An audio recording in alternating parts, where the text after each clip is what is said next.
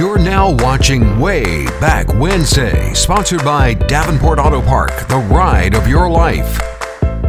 And also sponsored by Flores Glass, serving the area since 1977 with residential and commercial work.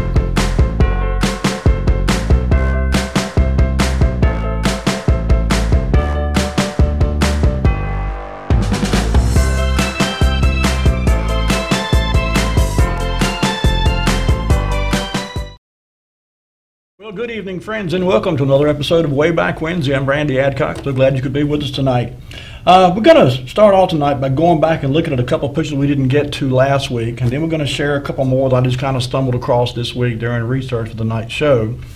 And then we're going to get into an area down Tarver Street and at 5 Points. While I was getting ready for this week's show, I was just doing some general looking around through the newspapers.com website, Rocky Mountain City directories over the years. And I stumbled across a business I'd never heard of before. And so I started doing some digging about that business, and that kind of mushroomed into research about the adjacent building and the businesses that occupied that building. So as most times it happens, that turned into be a rabbit hole. I went down in and almost got lost, couldn't get back out. But I did, eventually got back out. And so we'll talk about the 120 to 128th, that area of Tarver Street, just over the railroad tracks in Edgecombe County. And we'll show you some advertisements, talk about some businesses that were in that area, going back to the early days of Rocky Mountain. I mean, like 1908, 1909, all the way up into the 1980s. So anyway, as usual, we'll take your calls. 407-1111 is the number. Love to hear from you.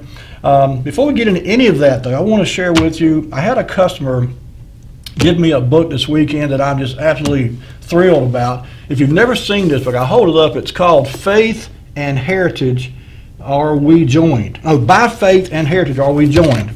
It's a compilation of research by several people spanning multiple decades. The three, I guess, the most instrumental to put it together, you recognize some of these names: Ruby Milgram, Ted Ricks, and Betty Hobbs. I met Ted Ricks many years ago. He's of course since passed away, but he was with Boone Hill Allen Ricks Real Estate here, locally agents. And but anyways, it's a wonderful book, and this is specifically talking about Nash County, though it does on occasion drift over into Edgecombe County, particularly when it's talking about a person who may have lived in Edgecombe County and had a business in Nash County, or vice versa. But it's a really neat book, and it tells so much history about Nash County, and it goes back to the very beginnings of the county, back in the 1700s, and talks about the people who were instrumental in developing Nash County, even the man who Nash County was named after. There's a lot of history here that has to do with buildings and businesses and churches and schools. In fact, there's I'm going to share with you a couple things that I found from the book. There's even a few pictures, not a lot of pictures, mostly just some really good information. So anyway, thank you, Bubba and Rennie. I really appreciate the book. I'm still reading through it. As you see, it's a pretty thick book, but I've spent several hours in it already, and I'm enjoying it quite immensely. Okay, as I said, we didn't get through all the pictures of last week, so I had one or two I wanted to share with you, and we just ran slam out of time. So without further ado, Lee, if you could put up picture number 1 for us, for our viewers. This is just an advertisement from the Rocky Mountain Telegram that appeared October 26th of 1960. If you remember from last week's show, we talked a little bit about a couple of Texaco stations, one at Falls Road, at 900 Falls Road, and then of course this one here that was at the intersection there where Thomas Street and Sunset Avenue merged together at the City Lake. And this one, of course, was run by Tootsie Council. And so it was just, I'm thinking this was when Tootsie opened up this gas station. It's 1960. I'm not positive on that.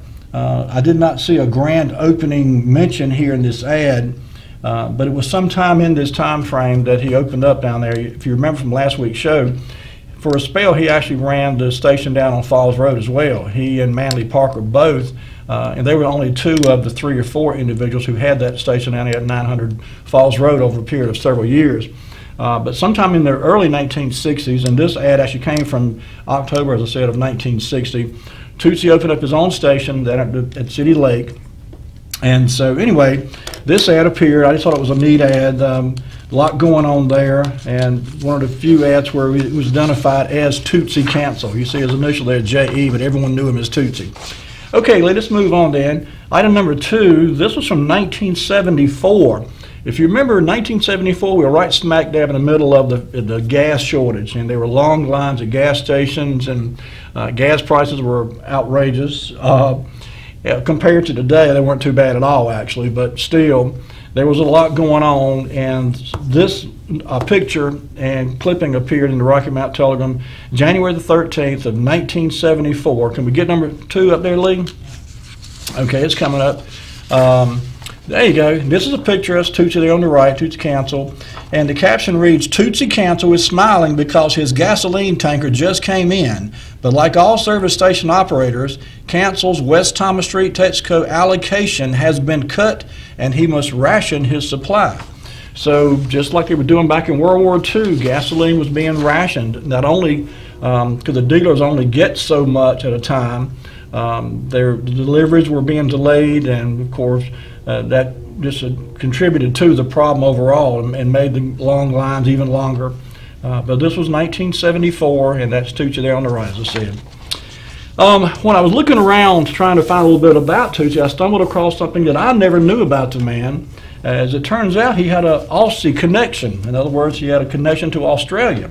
And that connection, some of you may have known this already, I did not. I was somewhat surprised to find, in fact, that Tootsie Cancel was married to a woman from Australia. So Lee, if you would put up item number 3, the Rocky Mount Telegram did a really nice feature story on Tootsie's wife in 1968. It's a fairly long article. I'm not going to read it because it is somewhat long, but it just talks about his wife's being born and raised in Australia and how she came to the United States, and they met and were married. But it's got a nice picture of her there. There she is.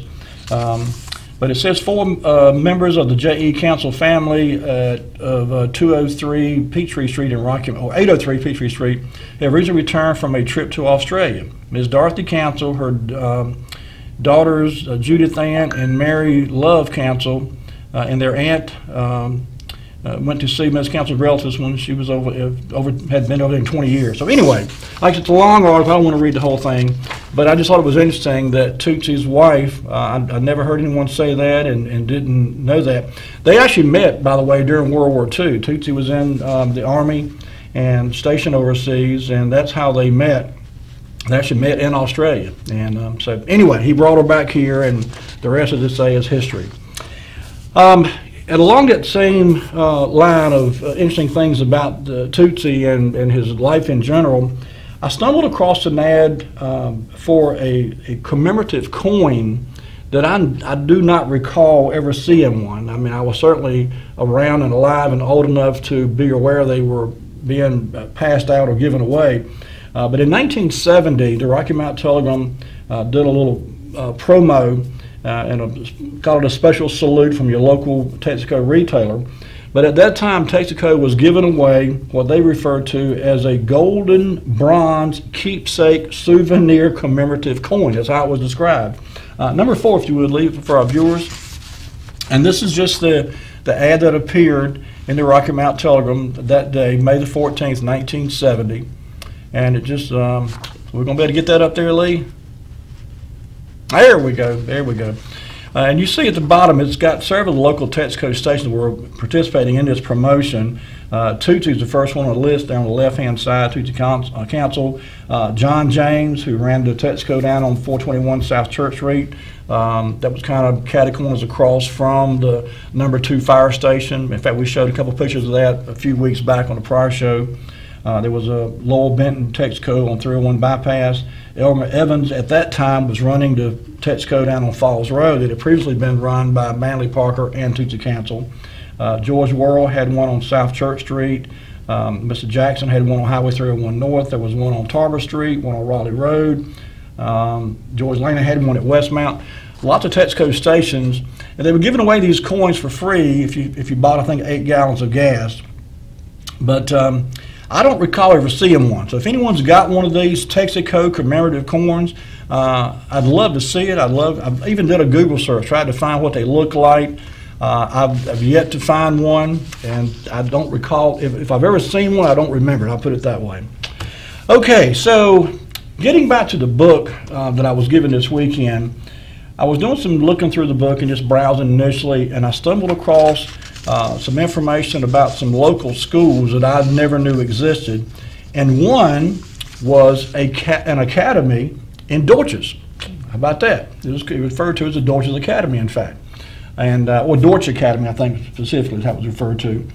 But in addition to that, and we're talking back in the late 1800s, like 1895, 1896, there was a Rocky Mount Academy. And if you remember, Rocky Mount Academy that we all know about now over in Inglewood has only been around since, I think, 1967 or 68, somewhere along in there. But way back in the early 1900s, early 1900s, there was a Rocky Mount Academy. But I was really fascinated by this Dorch Academy. And so when I went looking on newspapers.com to see what I could find about it, I was pleasantly surprised that a newspaper in Oxford, North Carolina, actually had an advertisement in the newspaper for the Dorch Academy. Number 5, if you would, Lee, put that up for our viewers there. And this is just, it's a collection of things. There was several, this particular newspaper page I was looking at here had several little clips from all over the state. And this happened to be from Nash County. But it was referred to, you see the headline at the top said Dorch Dashes. And in parentheses it said Nash County. But all the way down at the very bottom it said Miss Nina Moore, a student of Dorch Academy, spent last Saturday and Sunday with her parents at Gold Rock. So I don't, there's a gentleman up there at Gold Rock, Mac Moore. I don't know if any of you know Mac or not. I'm not sure if he even related to this lady, but I had certainly that thought crossed my mind that perhaps he could be.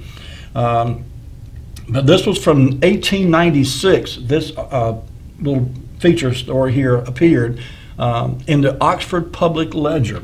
I just thought it interesting that a newspaper as far away as Oxford would print a story about Nash County. And there were several mentions here of people in Nashville and around. There was another listing here that says Mr. J.D. Overton, a prominent citizen of Rocky Mount, has moved his sawmill near Dorch. So there was a sawmill at Dorches at one time. I never knew that before. It makes mention of Spring Hope, a couple of mentions of Gold Rock, in fact. But anyway, just something interesting from 1896. So then I went back to the book and I found this listing of a commencement exercise or program from 1905. So Lee, if you would put up item number 6 for our viewers. And this is actually it was referred to as a closing exercise of the Dorch Academy, Monday, April 14th, 1905. And it was pretty interesting. They had a chorus, of course, they had a duet, people sang, they had a bicycle race as part of the closing ceremonies. There was a 13 children dialogue. There was a monologue, how to tell the age of a horse. Another duet. Then there was a couple more singing portions to the show. There was a pantomime. There was a drill. I'm guessing this is some kind of I don't know, display of movement or whatever by the kids. It was called John Brown's 10 Little Engines. There was a piano solo, another dialogue, a monologue, but just like a neat program, and it was all conducted April 24th, 1905 at 8 o'clock in the evening at the Dorch Academy. I've never been able to locate, at least not yet, I'm still looking to see where the Dorch Academy might have been located, but so far I honestly have no clue. There is a building up in Dorches.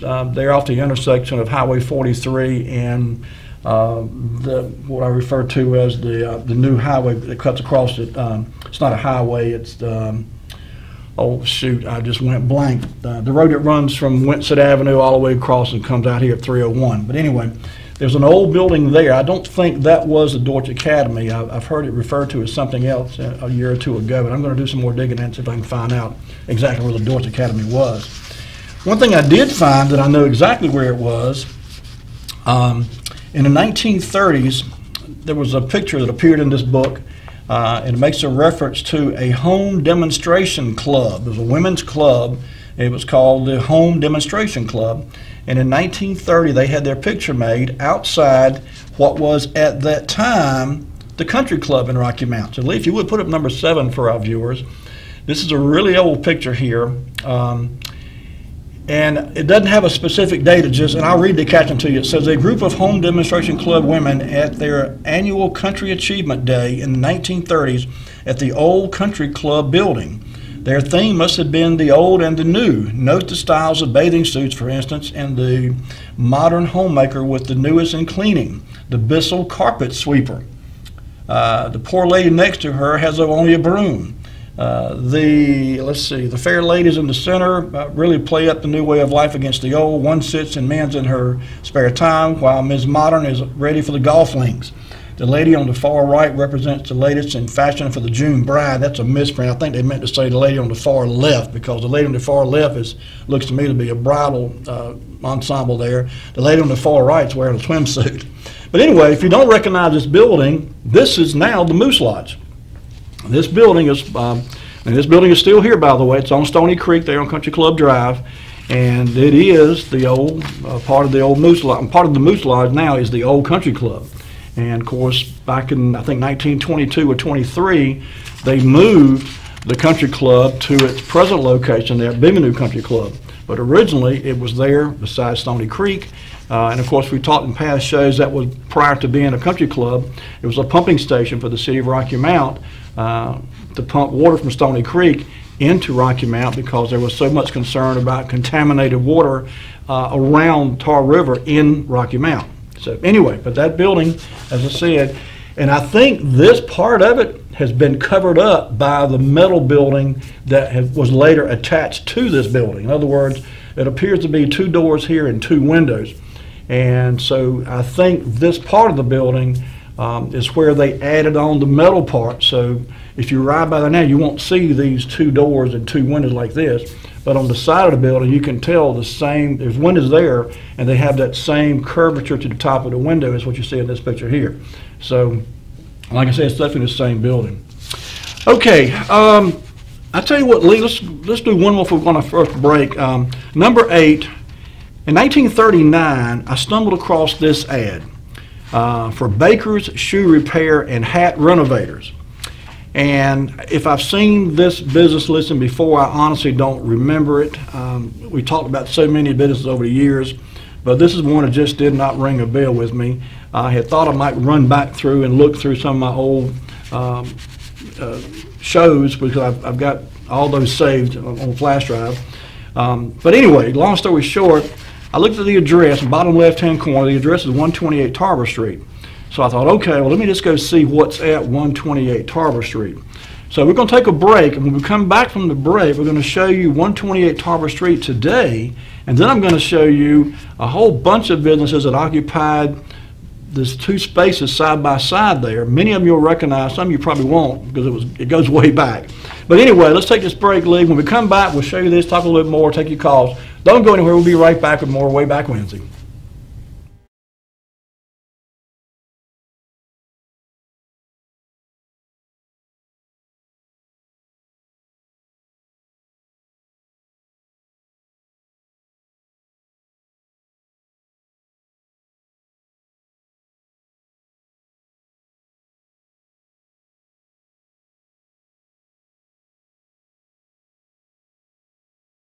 I'm Daniel Moss, owner of Cornerstone Funeral Home, and I'd like to invite you and your family to give our family an opportunity to serve you in your time of need. And we offer a full line of funeral services, everything from visitations to graveside services to cremations on site with a live crematory, as well as a banquet hall to meet the catering needs of our families that we serve. We offer catering service. We offer refreshments prior to visitations and services of our family. And we want to invite you to come and experience the difference here at Cornerstone Funeral Home.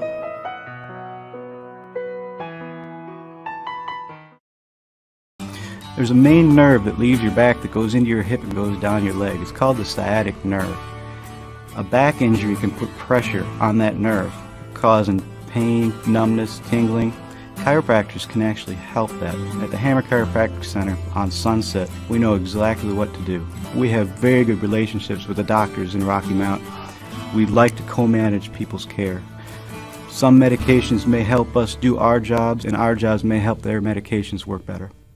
Are you looking for the perfect space for your business in Rocky Mount? Discover the individual offices available on the 4th floor of the Healthview Capitol building in downtown Rocky Mount. These offices provide a professional environment with stunning views, ample natural light, and modern amenities in a secure environment. Join a community of thriving businesses and elevate your company to new heights.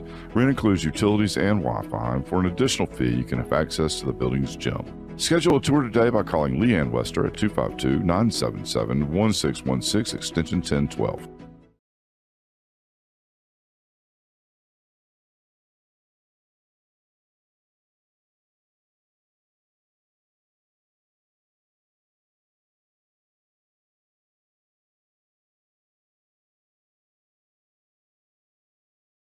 We're back.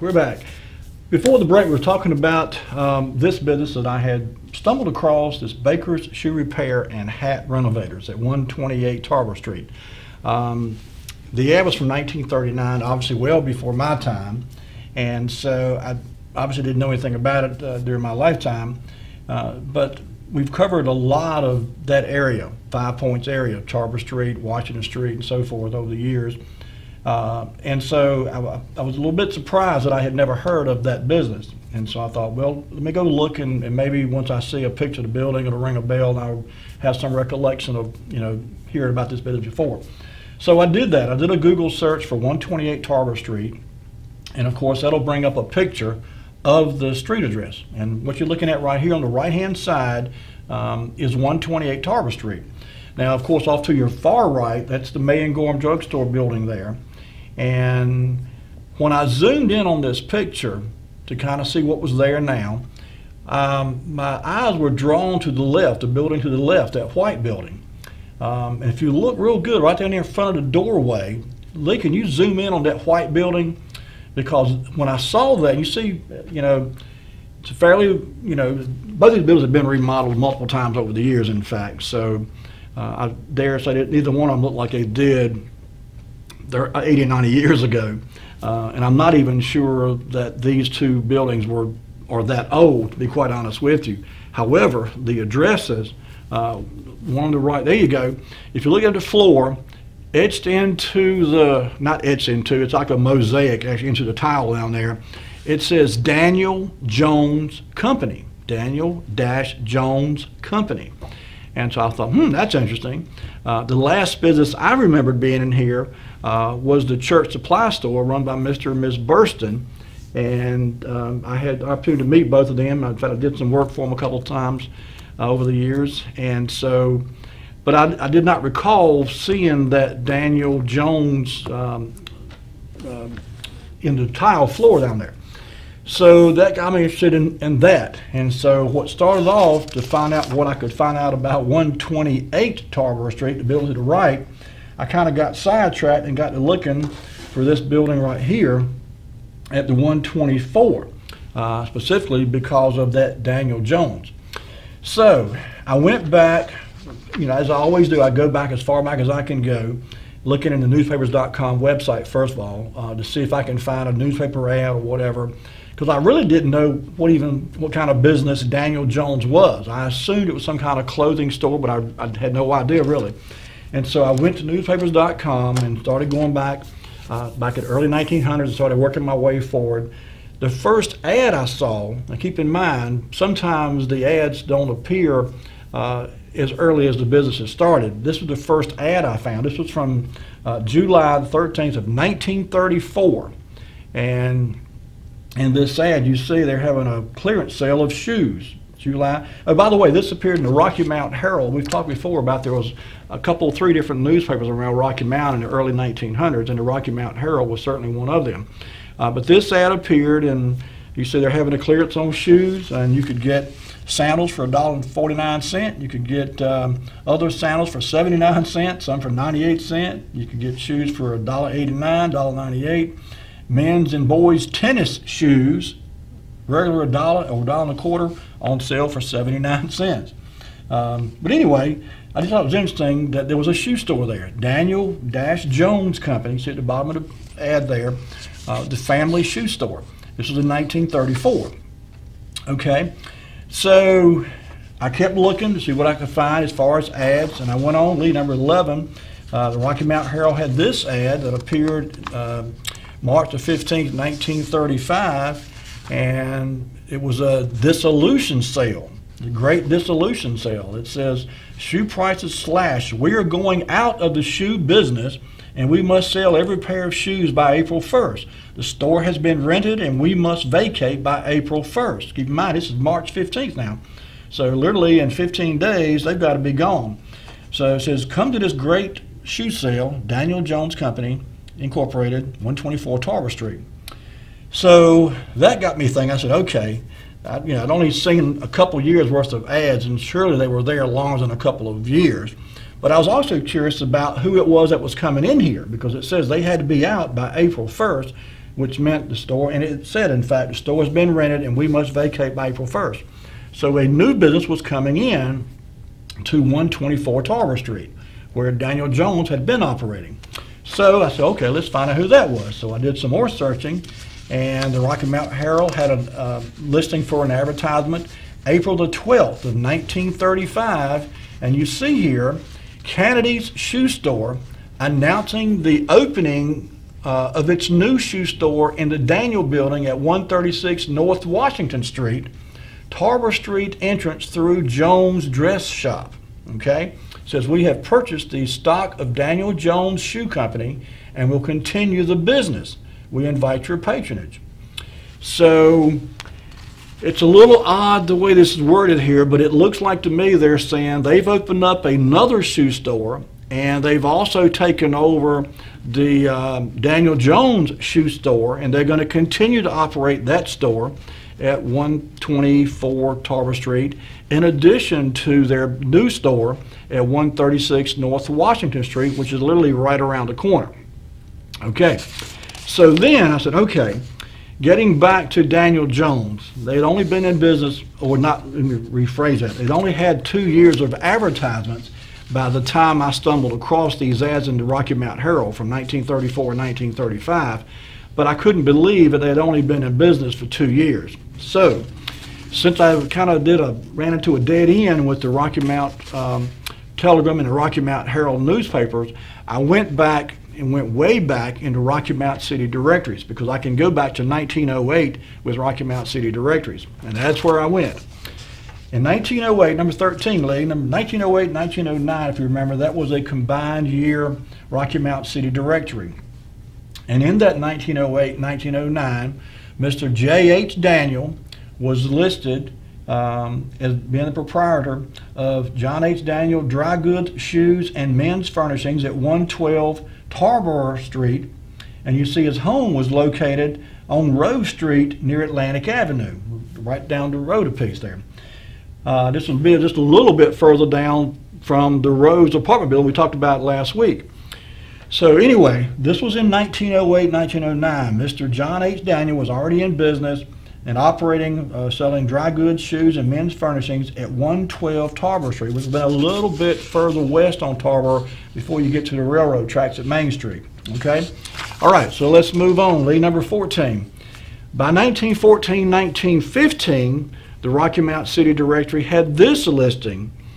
Now you see the address is 122 to 124 Tarver Street. And again, it's Mr. John H. Daniel. And the store ad reads, dry goods, men's furnishings, ladies' ready-to-wear garments, and shoes. And of course, as I said, 122 to 124 Tarver Street is the address. And the home address is listed now as 123 South Franklin Street. So they've moved. They've moved from Rose Street over to Franklin Street, Mr. and Ms. Daniel. Okay, so I kept going. This, like I said, this was 1914, 1915. So we fast forward a bit to 1920. The 1920 Rocky Mount City Directory had a really nice ad for Mr. Daniels and his business, number 15 if you would, Lee. And this says, it's under listing for department stores and druggists, but it says some of the many reasons why it pays to trade at J.H. Daniels. To begin with, you have the most complete stock to select from in the city. You have the most painstaking salespeople to look after your wants. And last but not least, we sell the same merchandise for less money, yet we candidly believe that we carry exclusive lines of better goods than are elsewhere shown in Rocky Mount. A visit to our store will convince you of these facts. Come where you can shop to your best advantage, as it pays to shop with J.H. Daniel, 122 to 124 Tarboro Street. Okay, so by this time, keep in mind now, he's opened up, the earliest I could find anyway of any mention of the business was in 1908, 1909. This is 1920, so now he's been in business about 12 years now. All right, let's fast forward. Number 16, Lee, in 1925, the 1925 Rocky Mount City Directory list again, John H. Daniel, Dry Goods, Men's Furnishings and Shoes, 122 to 126 Tarboro, and 120 North Washington. He's also treasurer of the Rocky Mount Retail Merchants Association. His home is still listed as 123 South Franklin Street. Okay, so now from 1908 to 1925, what's that, 17 years? 17 years Mr. Daniel has been in business in men's furnishings, dry goods, and shoes. Okay, all right, so fast forward again to 1930. Item number 17, if you would, Lee. In the 1930 Rocky Mount City Directory, Mr. John H. Daniel, and you see in parentheses that list his wife, Mary J. Okay? I have to wonder, and I've not had a chance to run down this rabbit hole, but my suspicion makes me want to say that Mary J. is Mary Jones, and perhaps that the Jones in Daniel-Jones was her father. Okay? Maybe, in fact, her brother. That's a possibility, too, I guess. But you see there, this is 1930 again, 1930 City Directory.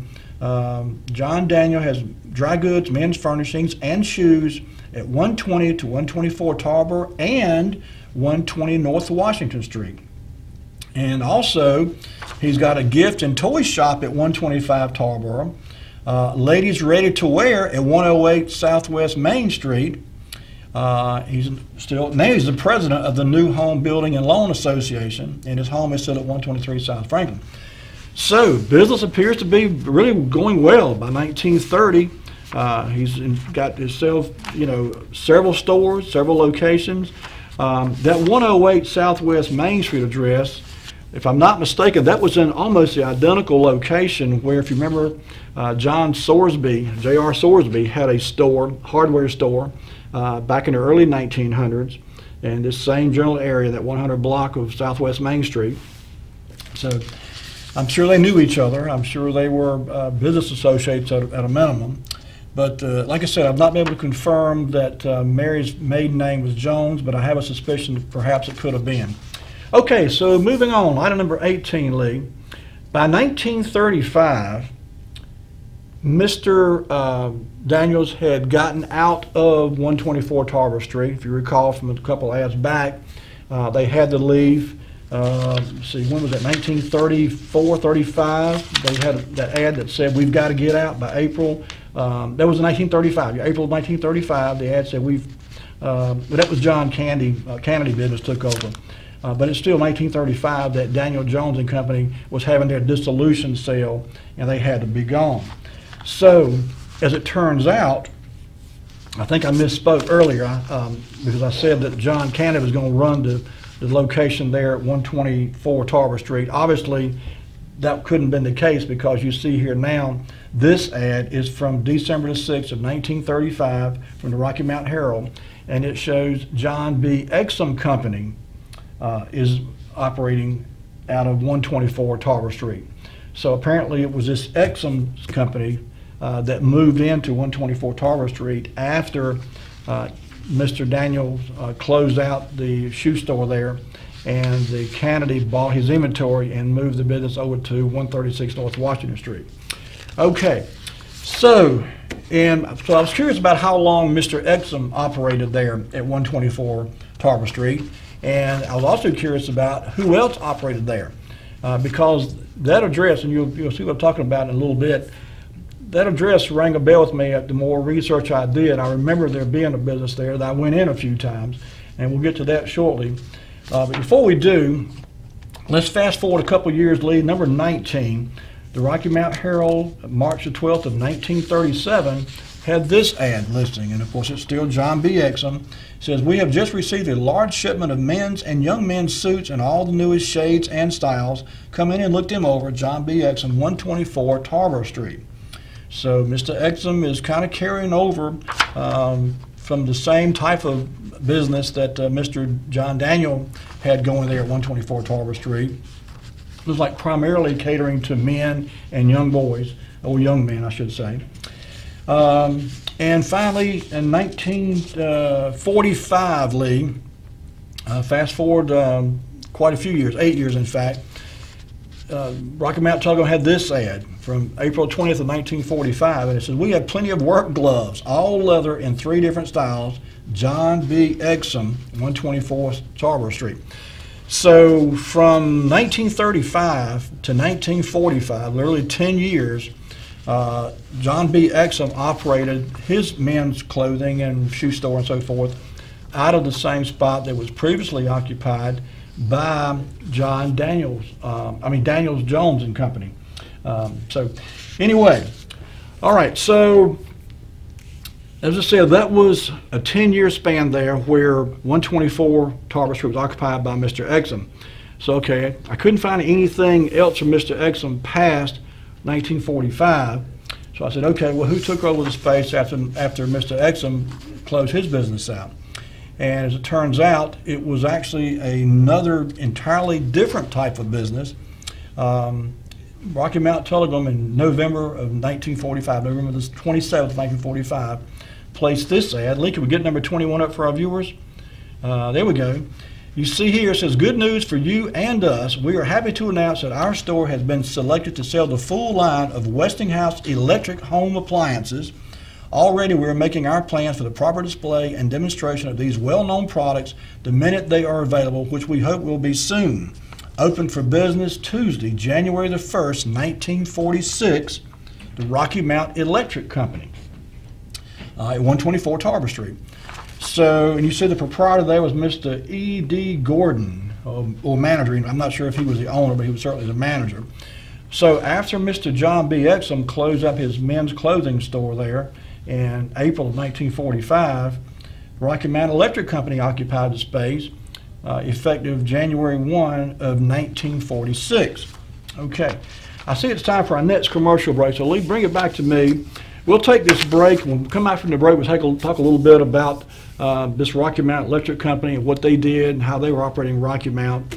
And then we'll talk a little bit more about some other businesses that occupied the space, and we'll get to the one that I remember, and I'm sure many of you will too if you're from Rocky Mount especially. Don't go anywhere. We'll be right back with more Wayback Wednesday.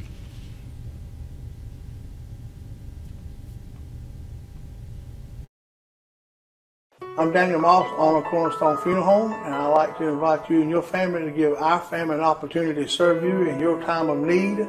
And we offer a full line of funeral services, everything from visitations to graveside services to cremations on site with a live crematory, as well as a banquet hall to meet the catering needs of our families that we serve. We offer catering service. We offer refreshments prior to visitations and services of our family.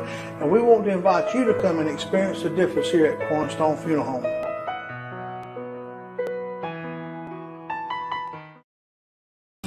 There's a main nerve that leaves your back that goes into your hip and goes down your leg. It's called the sciatic nerve.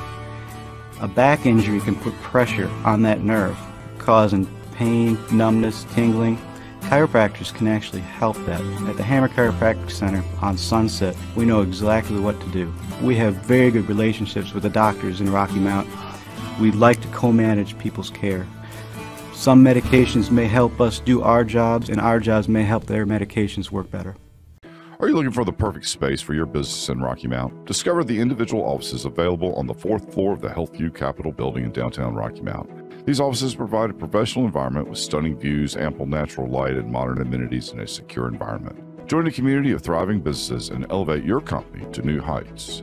Rent includes utilities and Wi-Fi, and for an additional fee, you can have access to the building's gym. Schedule a tour today by calling Leanne Wester at 252-977-1616, extension 1012.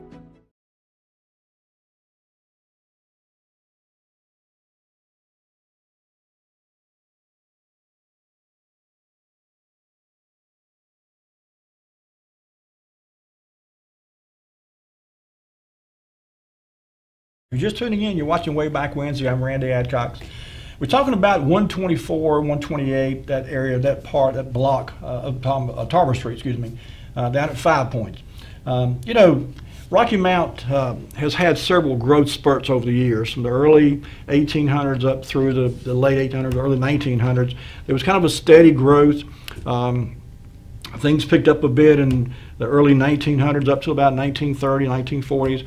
Then World War II came along and things kind of ground to a halt everywhere. You know, it was just a rough time for the country. But by November of 1945, of course, World War II was over with. The troops had come home, things were getting back to normal, and business was starting to pick up around Rocky Mount. So it was probably an ideal time to get started. During that 1945 to 1965 20-year time frame, Rocky Mount really experienced some phenomenal growth. It was a booming time in Rocky Mount. Lots of businesses came here. Lots of new projects came along, everything from the new wastewater treatment plant to the airport to the hospital. It was just a lot of construction going on, a lot of jobs being created. It was a booming time for Rocky Mount. So, like I said, in 1945, November 45, Rocky Mount Electric Company, I should say, opened up their business at 124 Tarver Street. And by 1949, 4 years later, I don't know what happened, but the last ad I could find for them was October of 1949. And they had kind of shifted gears a bit, it looks like. Lee, if you would, put up number 22 for our customers, for our viewers. It says, notice wiring. We are electrical contractors. We have the necessary material. Call us for your wiring needs.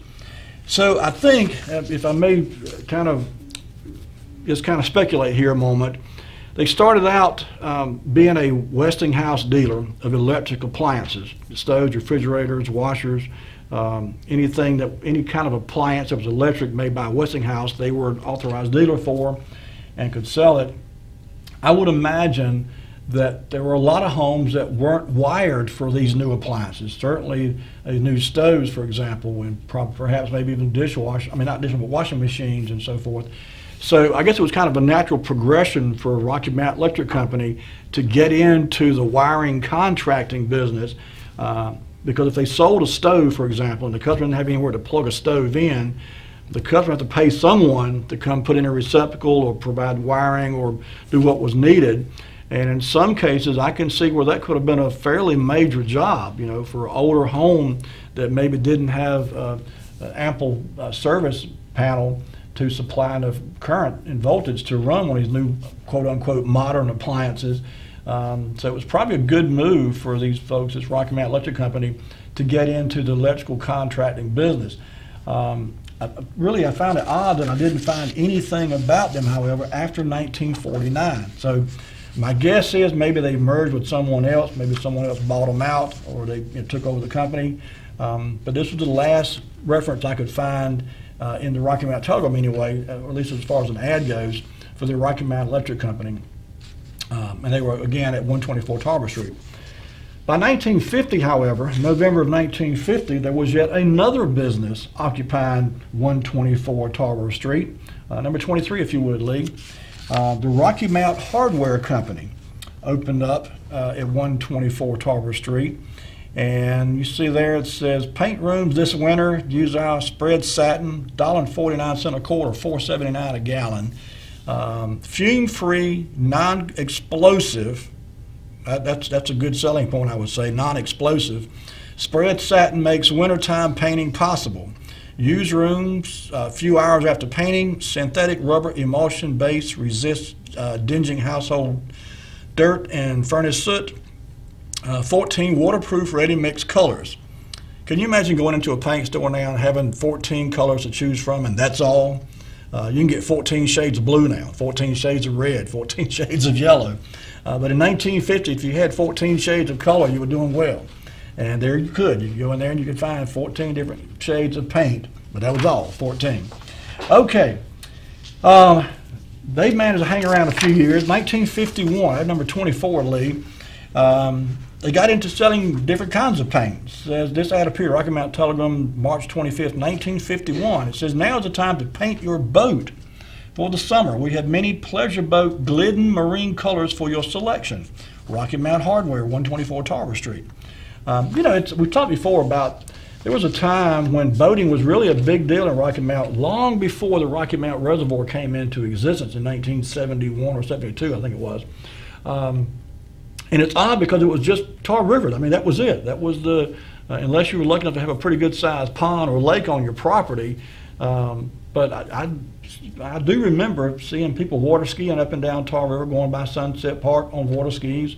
There were a lot of fishermen that fished in Stony Creek and Tar River, of course, both above the dam and below the dam.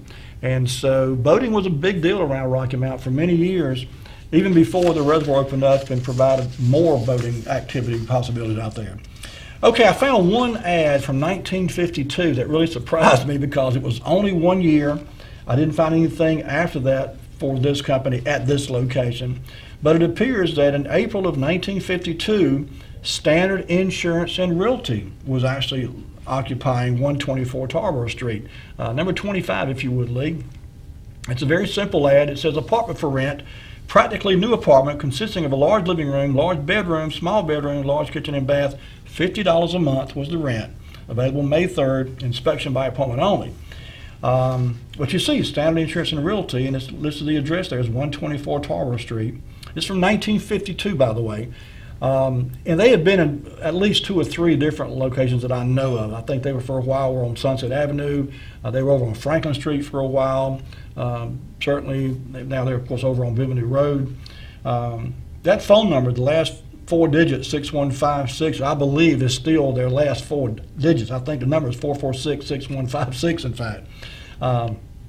So my guess is they rented this space very temporarily. I don't think they were there very long. This is the only ad I found for them at this location, because the very next year, April of 1953, April the 2nd, in fact, of 1953, another business moved in there that I do remember, and it was Joyner's Sporting Goods, number 26, if you would, Lee.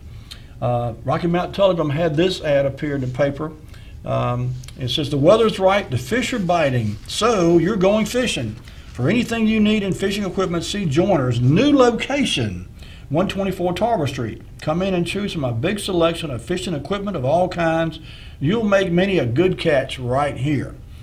So that kind of threw me for a minute, because I never knew them to be anywhere other than right here, 124 Tarboro Street. But you see it says, come see us in our new location. So I said, okay, well, where were they before they came to 124 Tarboro Street? And as it turns out, they indeed had another location. In 1952, the Rocky Mount City Directory listed J.W. Joyner's Incorporated at 132 Main Street, or Southwest Main, number 27, if you would, Lee. This is just a listing in the Rocky Mount City Directory, as I say, from 1952. But you see there, they were at 132 Southwest Main Street. And so they moved, of course, in 1953. They moved from this 132 Southwest Main address over to the 124 Tarboro Street address, and that's where I remember them being. I never remember, I wasn't born in 1952, obviously, so I have no recollection of them being on Main Street, but they were. And you see they carried all kind of sporting stuff. And you know, I mentioned earlier Mr. J.R. Thorsby.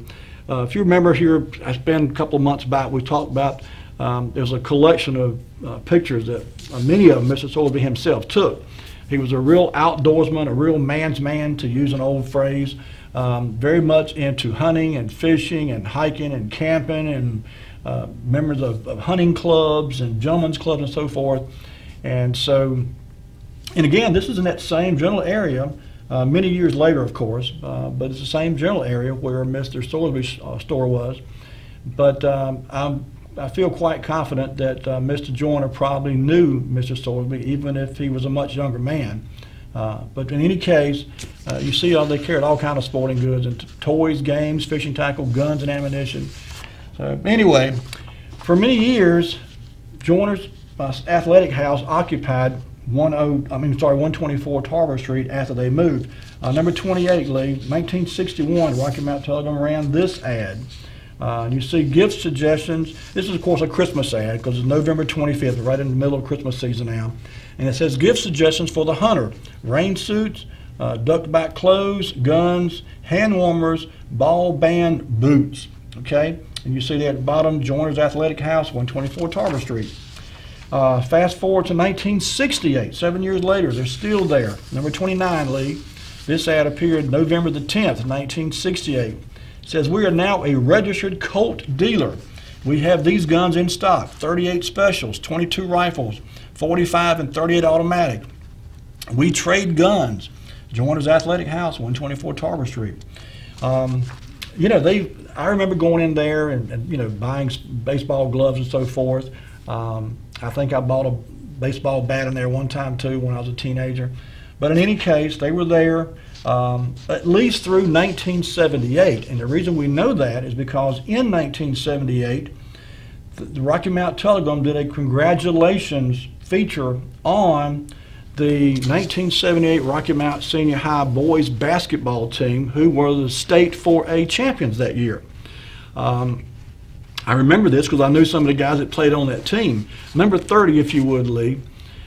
This ad appeared in the Rocky Mount Telegram March the 16th, 1978, and you see it says, congratulations, 1978 State 4A basketball champions, the Griffons. And down near the bottom, I've kind of highlighted in yellow there on the screen, but Joiner's Athletic House has got an ad in this picture. At the bottom down here, I should say. Amongst these other businesses down here, Planters Bank, Sears, Western Sizzling, there's several businesses that advertise as part of this promotion and congratulatory ad for the Rocky Mount Griffons.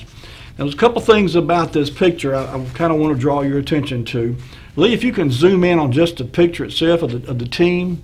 I'm not sure how close we can get and still get everybody on the screen, but if we could get as much of as big a blow as we can get, I want to talk a little bit about a couple of the players.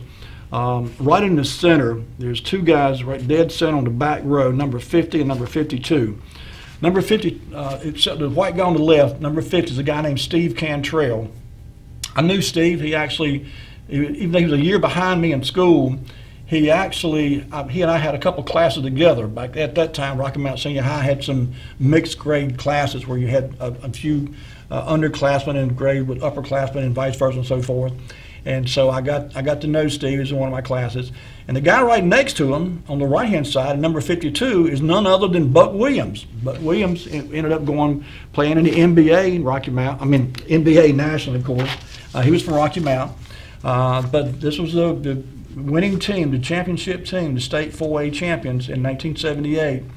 I think the guy on the bottom right-hand side is a guy named Oy Osterkamp, I believe. And I believe the guy kneeling right in the front, in the middle there, the other white guy there, I think might be, no, I'm sorry. I thought it was somebody else, but I just remember he couldn't be because he graduated with me in 1977. But anyway, there's a sad, and by the way, that's Coach Reggie Henderson on the right-hand side, on the far right-hand side of the screen. He was the coach when I was at senior high of the basketball team. A sad commentary here. Steve Cantrell, sadly, was shot and killed in 1982. He was getting off work. Him and a girl that worked with him were walking across the. He worked at Phillips Fiber. They were walking across the parking lot, and I'm not sure about this. There was a rumor that maybe the girl's husband was jealous, or boyfriend, whatever. I'm not sure about that. But anyway, both Steve and the girl were shot. Steve sadly passed away. The girl survived her injuries. She wasn't wounded as severely as Steve was, but Steve took a pretty severe shot from a .44 Magnum. It's what I found a newspaper article, and it was sad. I remember when that happened. Steve was a good guy and really sad, but no telling what he could have done had he lived. He was an outstanding ball player. There were several articles all through the 1978 school year about this basketball team and how good they were with the combination. Steve was about 6'11". He was a great big tall fella, but between him and Buck Williams, they were a dynamic duo and they were a force to be reckoned with. They just rolled over most every team they played that year. It was really, really good. Okay, Lee, let's move on then. Number 31, as I said earlier, by 1988, your church supply store had occupied 124 Tarver Street. Mr. and Ms. Burston, I had the pleasure of meeting both those fine folks. They ran the store there for many, many years. but they opened up in 1988, and I'm not sure. Well, let me back up. They opened up here at this location at 124 Tarver Street in 1988. You see the 16 years. This was I cut this out of a larger ad where they were recognizing local Rocky Mount businesses that had been in business and how long they had been in business. So in 1988, your church supply store had been in business for 16 years, but they'd only been at this location for a short time in 1988. And I'm not sure when the business was started, but I remember Mr. Burston quite well. He was an avid golfer and was very good, as I recall. I remember folks that knew and played with him said he was an excellent golfer. Okay, and finally, number 32, Lee, if you would. This is just a screenshot of the present-day location, 124 Tarver Street. There's the white building, of course. And you see CJ's Bar and Lounge is now occupying that space. But it's been quite a journey from 1909, somewhere along in there, when Mr. John Daniels started his business and moved to this location shortly thereafter. And then over the years, many different businesses occupied this space. You see the building's got some wear and tear. It's a pretty severe crack there on the right-hand side on the second floor level of the building. I hope the building can be salvaged. I'm not sure what's going on with it now. But anyway, well, I see by the clock on the wall, we run slam out of time for tonight, folks. Thanks so much for tuning in. Hope you learned something, hope you remembered something that maybe you hadn't seen in a while. That's going to do it for us tonight. Have a great week. Take care of yourself. We'll see you next week with more Way Back Wednesday. And be kind to one another. We'll see you then. Bye-bye.